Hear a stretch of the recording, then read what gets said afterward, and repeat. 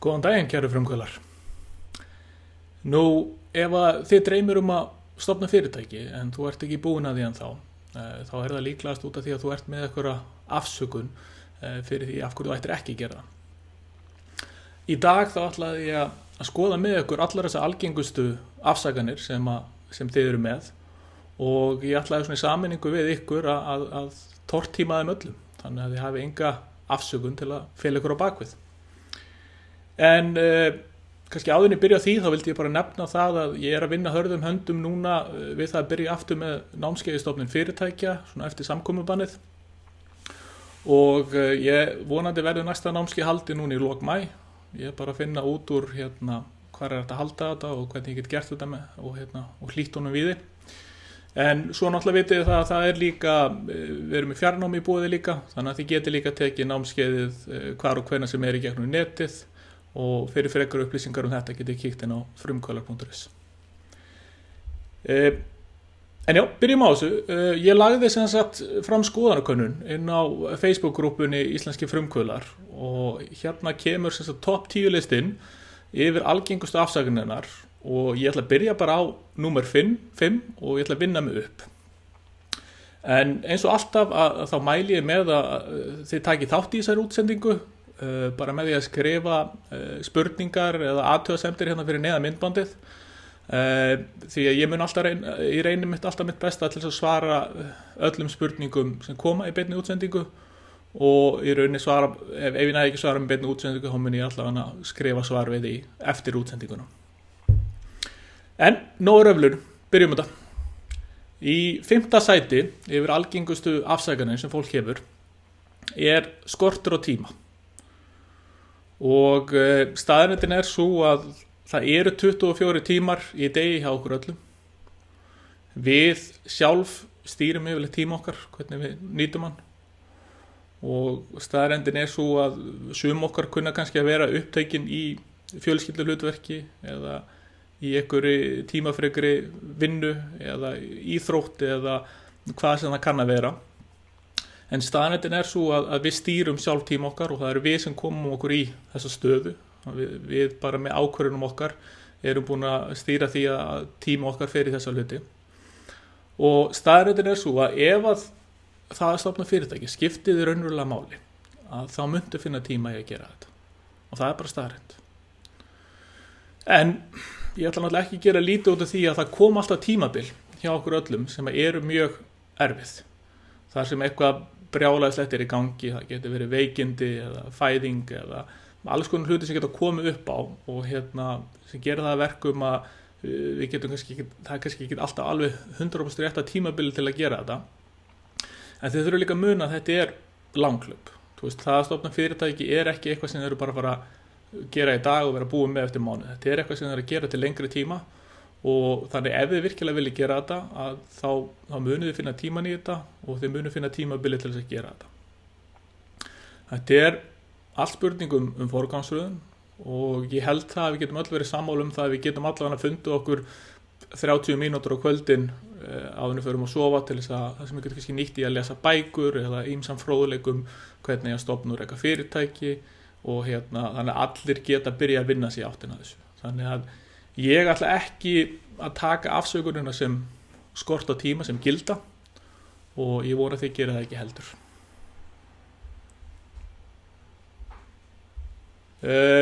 Þá er það 4. algengasta afsökunin sem fólk hefur og það er í rauninni afsökunin er í rauninni óttinn að mistakast, að vera hræddur við að mistakast. Og ég held að þetta sé bara rosalega heilbrigð hugsun. Þetta þýðir bara að þið séu ekki aðeins út í neitt og þið séu að hugsa út í alla möguleika og bara allir að gera þetta rétt. En það sem þið þurfa að velta ykkur fyrir er það ef þið eru með ótta við að mistakast, hvað nákvæmlega er það við mistökin sem þið óttist? Er það hvað aðrir munu halda ykkur? Er það hvað afleiðingar það myndi hafa fyrir daglegt líf? Hvað afleiðingar þetta hefði fyrir tekjur fjölskyldunar? Er það að þið vitið ekki hvað er að gera? Að þið haldið að þið væri brennimert einhvern veginn ef þetta gengur illa, ef þetta mistekst? eru hræddir að það veri gjaldþrota ef þetta mistekst. Þið þurfið í rauninni að skilgreina hvað þið óttist og fara bara mjög markvisst í það að tækla það. Það besta leiðin til að takast á við þetta. Og í rauninni ótti getur verið bara mjög jákvæður út af ef við nýtum hann rétt og vinnum rétt með hann og notum hann sem verkværi til að hjálpa okkur að hugsa út í svona hluti. Það líka annað sem þurfum að hafa í huga að það rosalega jákvætt að mistakast einstaka sinnum í lífinu. Og það að mistakast í rauninni bara merki það að þið séu á lífi og að þið séu ekki að fela ykkur frá umheiminum. Út af því allt það sem að þess virði að gera krefst mikilvæg vinnu og það eru mikla líkur á hlutin mistakist af og til. Ég ein af uppáhalds tilvitnunum mínum er problems are a sign of life, sem því það bara öll vandamál og öll erfið og mistök og allt sem að koma upp á. Þetta bara merkjum það að þið séu að lifa lífinu og þið séu að reyna að skapa eitthvað jákvætt. Þannig að endilega verið ekki hrædd við að mistakast og þvert á móti reynið að líta á það sem bara part af ferlinum og það bara jákvætt. Persónulega sjálfur hefur mér mistekist ótal oft, en í hvert skipti hef ég lært eitthvað af því og ég hef komið aftur tilbaka ennþá sterkari. Þannig ekki vera hræddur við að mistakast, það mun enginn dæmi ykkur. Þvert á móti þá held ég bara fólk finnist bara flott að þið séu að reyna og þið séu að reyna að skapa eitthvað og búa eitthvað til og fólk mun frekar bara vera öfundsjúkt út í það að þið reyndu, út af því að staðreyndin svo að flestum dreymir að gera eitthvað, hvað sem það en mjög margir láta ekki verða að því óttast að mistakast.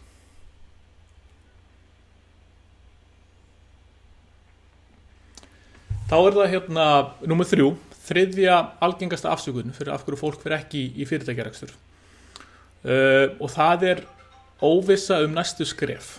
Það sem sagt að vera óviss það hvað ég að gera næst, hvernig ferillinn verður. En staðreyndin svo í rauninni að það auðveldara nú en nokkru sinni fyrr að afla sér upplýsinga og þið ættu í rauninni ekki verið neinu vandræðum með að átta ykkur á næsta skrefi. En það sem gott að gera bara að velta fyrir hvað það nákvæmlega sem þið eruð óviss með næsta skref. Þetta eitthvað tæknilegt sem þið eru óviss með? Þetta eitthvað varðandi stofnun og rekstur fyrirtækja sem þið eru svona óviss hvernig virkar? Þetta eitthvað tengt bókhaldi eða löggjöf? Þetta eitthvað tengt fjármálum? Þetta eitthvað tengt leifum og eitthvað svona skriffinsku? Þetta eitthvað tengt bara svona ferlinum sem þið farið í gegnum? Bara veltið virkilega fyrir ykkur bara hvað það nákvæmlega sem þið eruð óviss með og bara skrifa niður.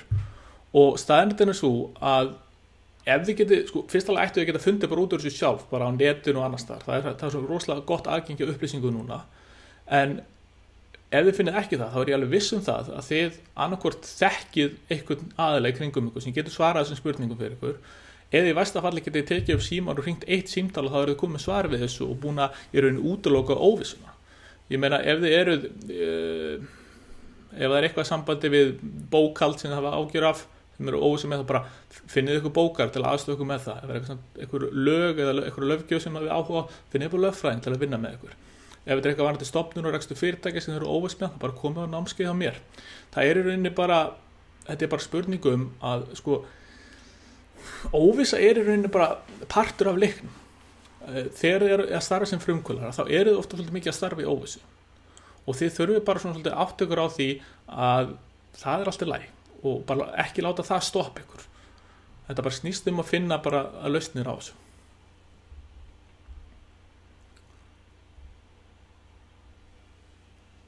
Endilega bara ef þið hafið ykkur spurningar eða ykkur að punta við þetta, ef þið eru sammála mér eða ósammála, endilega bara skrifið komment og takið þátt í umræðinni.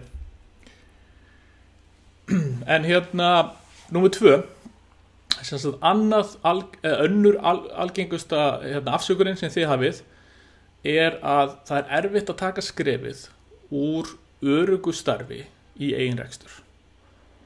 Og þetta bara rosalega eðlilegt, en það þetta mjög stórt skref, sérstaklega þegar að gera þetta í fyrsta skipti. En lausnin að þessari afsökun, til þess að tortíma þessari afsökun, það að finna raun bara eitthvað svona aðlögun, eitthvað svona feril eða skipta þessu niður í eitthvað skref, þannig að þetta hendi þér. Þannig að þú getur gert þetta af svona nokkru góðu öryggi og svona útilokar alltaf óvissu í þessum ferli. Það í rauninni algjör óþarfi að stökkva ofan í djúpu laugina og brenna alla brýr á bak við sig og fara bara eitthvað svona, þú veist, all in í þetta. Þú veist, alltaf lagi gera það ef þið tristið ykkur, en svona fyrir hinn venjulega aðal þá myndi ég bara mæla gegn því og ég myndi mæla með því að takið þetta bara frekar bara í ákveðnum skrefum. Við getum byrjað bara með þetta sem hliðarekstur, byggi upp smá tekjur þarna, þannig að þið fara áttökur á hversu mikla tekjur þið hugsanlega getið fengið þegar þið loksins farið í þetta í fulla vinnu. Búið kannski til smá sparisjóð persónulega, þannig að ef þið þurfið að lækka við ykkur hans tekjurnar frá milli þess að þið farið úr öruggu vinnunni yfir í þetta, þið séu þá undirbúin undir það.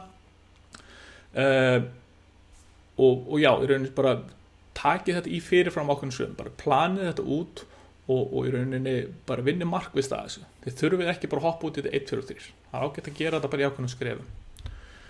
En á endanum þá þarf þetta alltaf að taka þetta skref. Og alveg sama hversu vel þið eru undirbúin undir þetta, að þá verður þetta alltaf ákveðin áskorun að taka þetta lokaskref. En á móti kemur, ef þið skipuleggið þetta vel, að þá ættu að vera nokkuð örugg með það ákvörðun. Þannig að þið ættu að geta gert þetta af ákveðnu öryggi og staðfestu, þannig að þetta ætti ekki að vera svo mikið mál.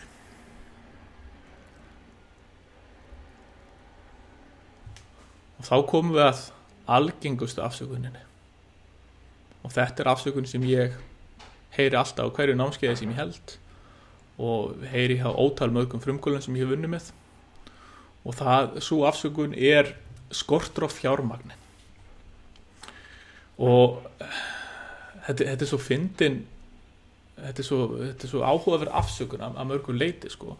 En leiðum að spyrja ykkur hérna, ef ykkur tilbúin að deila með þetta, nú veit ég að það voru mjög margir sem svöruðu að þeim skorti fjármagn.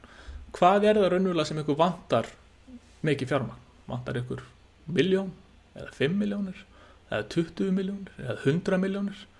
Endilega, skrifið í athugasemdir ef þið þorið að deila þessu með okkur. En ástæðan fyrir að þetta algengast afsökunin, eða mín skoðun svo, það að þetta auðveldasta afsökunin til þess að fela sig á bakvið. Þetta bara eitthvað svo auðvelt að afsaka sjálfan sig með, já, þú veist, það vill nú enginn gefa mér 100 milljónir, þannig að þetta verður nú aldrei að veruleika. Og já, eins og ég segi, bara og það þýðir það að þið eru búin að afsaka ykkur sjálf og gefa ykkur sjálf leyfi til þess bara hætta að pæla í þessu. En staðreyndin bara svo að það að nálgast þetta svona og bara fá okkur að viðskipta hugmynd þar sem að þið sem kannski býr til fullt af peningum í einhverju Excel-skjali en krefst þess að þið þurfa að fá eitthvað fullt af peningum frá einhverjum fjárfesti eða eitthvað álíka, það bara ekki gild viðskiptahugmynd. Það í rauninni bara, það ekki, hvað segir maður, í rauninni það að vera frumkvöðl. Þú veist, það erfið að vera frumkvöðl ekki að koma upp með viðskiptahugmyndirnar og reikna þetta út í Exceli. Það geta allir gert það. Og það getur hver sem fengið einhverju hugmynd sem að lúkar rosalega vel í Excel og getur sagt bara ef ég fengi 100 milljónir, þá myndi þetta ganga upp. Þannig að það að stoppa þar bara svona smá, þeir eru ekki einu svona byrjuð í ferlinum þar, sko. Það að vera frumkvöðl að hugsa í lausnum. Það að vera frumkvöðl það að finna í rauninni einhverju viðskiptahugmynd sem þið getur komast að með litlum tilkostnaði til þess að hún getur byrjað að sanna sig og byrjað að skila peningum og getur síðan hugsanlega setna að vaxa í það sem ykkur dreymir hún verði. En það að alltaf stofna sitt fyrsta fyrirtæki og hafa enga reynslu og ætlast til þess að þið fá bara einhverju 100 milljónir frá einhverjum fjárfestu og þið eru með svo aðeinslega hugmynd, það bara gengur ekki upp.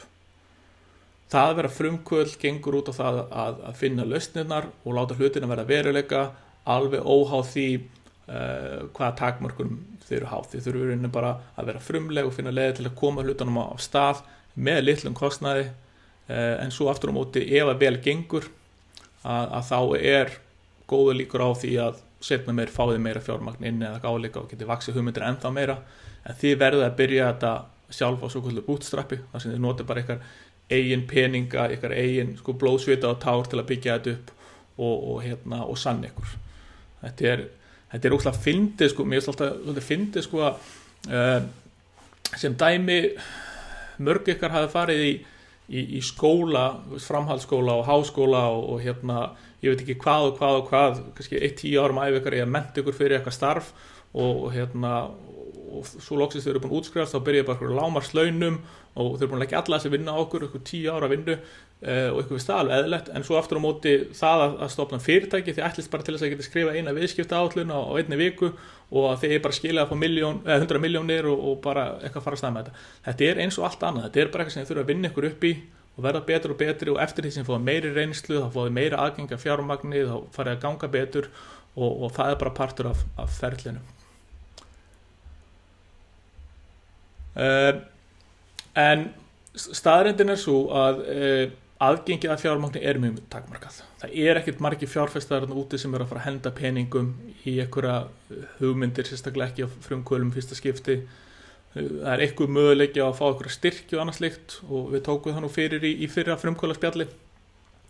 En í rauninni mín skoðun er svo að ef ykkur vantar fjármagn, að þá er besta leiðin til þess er að selja vörurnar eða þjónusturnar sem fyrirtæki er að bjóða upp á. Það er bara hiklaust besta leiðin til að fjármagna fyrirtæki og staðreyndin er svo að þið getur oft byrjað að selja vörurnar og þjónustuna langt áður en að þið haldið að þið geta og en það er alveg það felst í bara MVP nálguninni sem ég geti tekið bara heilt frumkvöðlaspjall til að fjallum. Sjá Ragnar að deila með okkur, hann telur sig þurfa 10 milljónir til náðunum stofnkostnað fyrir fyrsta árið, laun ekki meðaltalið. Eins og ég segi Ragnar, þetta er erfitt að fá inn peninga þegar þú ert að byrja og spurningin er hvort þú getur fundið einhverju leið til þess að gera þetta með minni tilkostnað eða jafnvel byrja að selja eitthvað strax, þannig að þú byrja strax að fá inn einhverju tekjur til þess að lágmarka í rauninni kostnaðarleiðina þína. Það er svo auðvelt að eins og ég segi, láta allt ganga upp á Excel og segja bara ef ég get unnið hugmyndinu minni í 12 mánuði og fæ fjármagn og þá mun hún hugsanlega skila þessu og svo verður þetta bara hockeystick og kurvan fer bara upp og allir græða gett mikið. Staðreyndin er bara svo að flest fyrirtæki ganga ekki upp og þannig að það er enginn að fara að láta okkur fá peninga nema við getum sannað það að þetta eftir að ganga upp. Þannig að hugsanlega getur þetta gert þetta í einhverjum skrefum þar sem þú fyrst sannar að hugmyndin sé að fara gangu upp, þannig að þú getur kannski bara búið til alveg einföldust útgáfinni, selt hana til nokkra aðala, bara sýnt á það sé áhugi fyrir þessu og þegar það er komið þá ertu kannski komið með eitthvað meira. Huldar spyr hvað heitir þessi nálgun? Þetta er það sem ég er að tala um áðan var MVP sem er minimum viable product.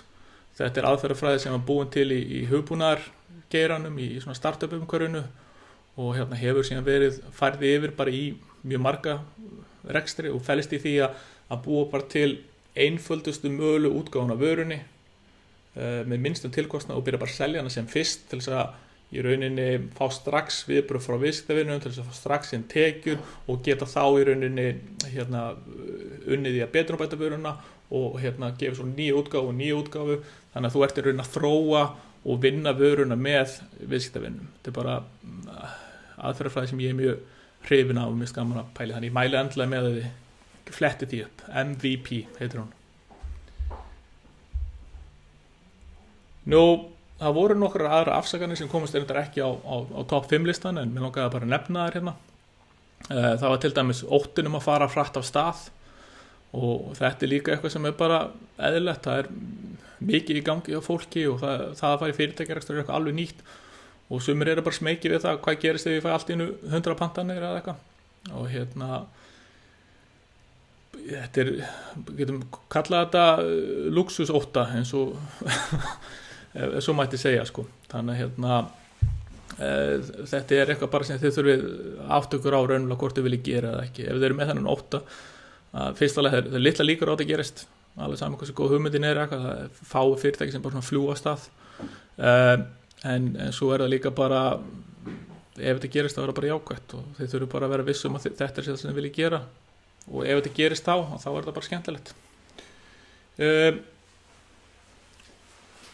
aðrar afsakanir veit ekki hvernig á stofna og reka fyrirtæki já, þú bara kemur á námskeið hjá mér eða lest eitthvað, það endalaust mikið að fróðleika á netinu þetta núna. Ég hef verið að skrifa þetta í 10 ár og RSK-ur með ágætis upplýsingar hjá sér og svona, og þannig að bara, ég myndi ekki segja að þetta var neinn afsökun, það allt þar til staðar.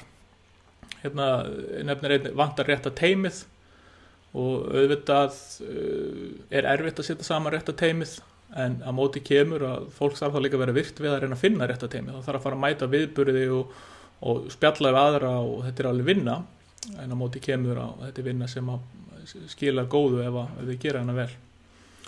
Að leita réttu hugmyndinni, það að segja sumir alltaf að leita réttu hugmyndinni, og það alltaf að taka sér tíma í það að finna hvað henda sér best. Það er kannski bara ágætt að taka fram að það er ekki til sem heitir fullkomin hugmynd.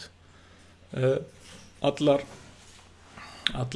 er engin hugmynd sem á eftir að gera milljónamæringu yfir nóttu, sko. Þetta er bara rétta hugmyndin er sú hugmynd sem þú vilt starfa við og þú hefur ástríðu fyrir. Nefnir einhver einn að honum með henni vanti stuðning, og það að vanta stuðning er bara alveg skiljanlegt. Þetta er svona óknægjandi fyrst, en á móti kemur að við höfum verið að byggja upp rosalega mikið stuðningsnett. Við erum komið með grúppuna íslenski frumkvöðlar sem ég sett af stað fyrir löngu síðan, og það yfir 5.000 frumkvöðlar þar, og þar getið þið farið inn og spurt spurninga og fengið aðstoð. Þið getið tekið þátt í umræðinu hérna Facebook Live. Það er töluvert meiri stuðningu núna heldur en hefur áður verið í umhverfinu, þannig að þið þurfum bara aðeins að leita, þá er ég viss að þið finnið það. Svo bara svona að lokum, það er ekki auðvelt að fara út í rekstur, það er ekki endilega flókið að fara út í rekstur, en það er ekki auðvelt heldur, og ofta þá felum við okkur bak við einhverja afsakanir út af því að við erum kannski bara ekki alveg tilbúin í að láta verða af þessu. Þannig að það sem þú þarft að gera er það að þú þarft að horfa inn á við og spyrja þig hvort að þetta sé virkilega eitthvað sem þú viljir, hvort að þú virkilega viljir fara út í fyrirtækjarekstur og þú sé tilbúin að leggja á þig vinnuna sem fylgir þessu. Og ef það er tilfelli, ef þú virkilega vilt gera þetta og í rauninni tilbúin að leggja að vinna, þá ættir rauninni engin afsökun að koma í veg fyrir það að þú láti verða af því.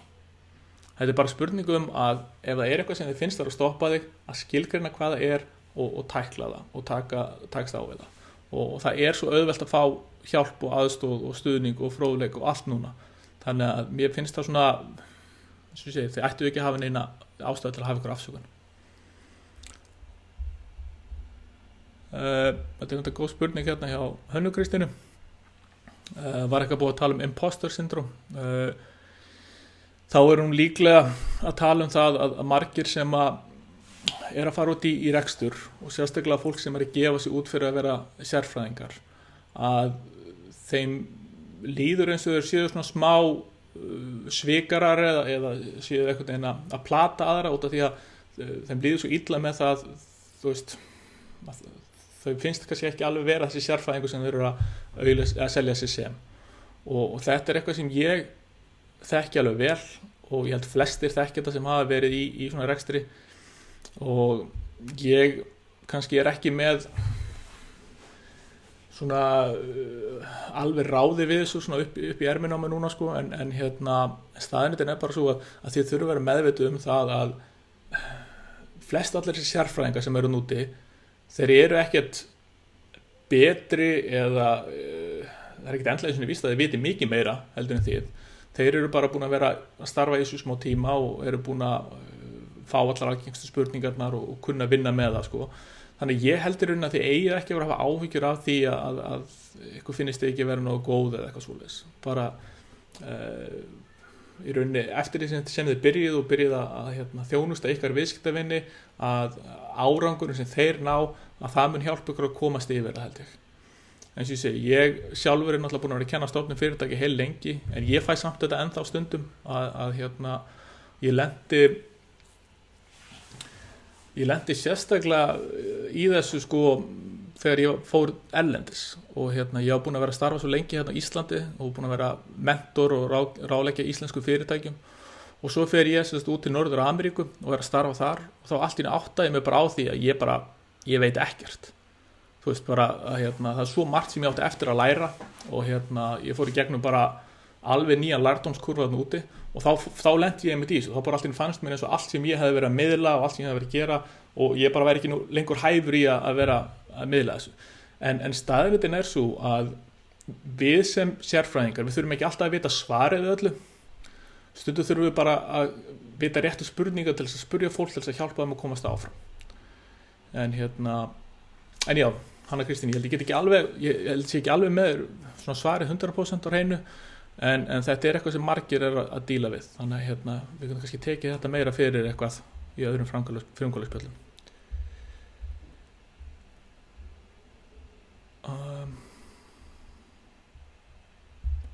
Sölvi að spyrja hver eru basic skrefin en þetta líka alveg vera ég að byrja að selja vöru þjónustu til að láta byrja að bolta rúða basic skrefin bara í rauninni að koma vörunni eða þjónustuna á þann stað að þið geti selt hana og það sem að í mörgum tilfellum að það má byrja í rauninni þá getið þið byrja að selja vöruna áður en hún alveg 100% tilbúin og sem dæmi það það að þegar ég held þegar ég byrjaði aftur núna að halda námskeiðin reglulega í stofnun fyrirtækja á síðasta ári að þá í rauninni byrjaði ég bara á því að auglýsa námskeiðið og búið til sölu efni fyrir það allt svoleiðis og ég var ekki einu sinni byrjaður að hanna námskeiðið fyrir það voru 4 eða 5 búin að skrá sig og þegar þá fyrst sá ég bara ok, það markaði fyrir þetta og þá bara tók ég vann í myrkrinu á milli við að klára það og það bjargaðist alveg ég var alveg með allt í hausnum á mér með það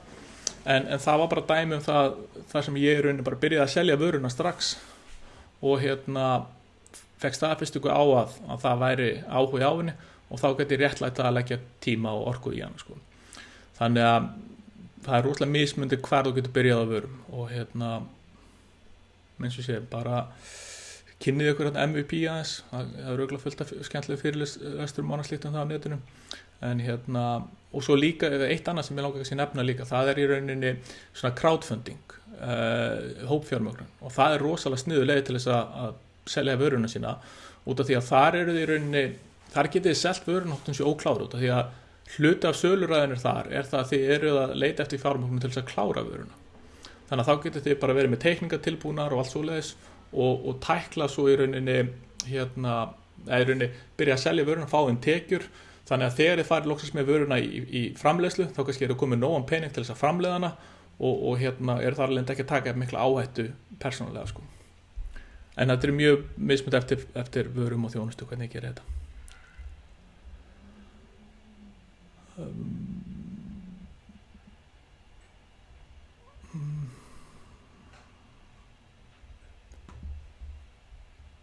sjá hvað koma sér Ragnar er að tala áfram með imposter syndrom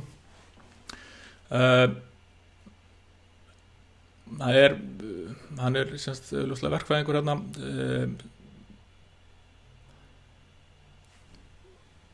að það er engin skömm í þessu og ég er alveg sammála Ragnar en já og svo eins og sé, ef þið eru með eitthvað spurningar núna á lokum, þá getur kannski tekið 1 eða 2 annars ætla ég svona að fara að rappa þessu upp en já, bara að lokum þá vill ég minna á vefsíðuna minna frumkvöla.is og þar að finna rosalega mikið af fróðleik og námskeiðum sem getur vonandi nýst ykkur og svo endilega bara ef þið hafið eitthvað spurningar eða vantar hjálp með eitthvað, bara verið ófeimið við að senda mér skilaboð annarkvort á Facebook eða inn á vefsíðunni minni þannig að bara gaman að sjá okkur og við sjáumst aftur eftir viku þetta orðið reglulega viðburður núna þessar live útsendingar mínar þannig að bara alla 3 dagar klukkan 10 takk hérlega fyrir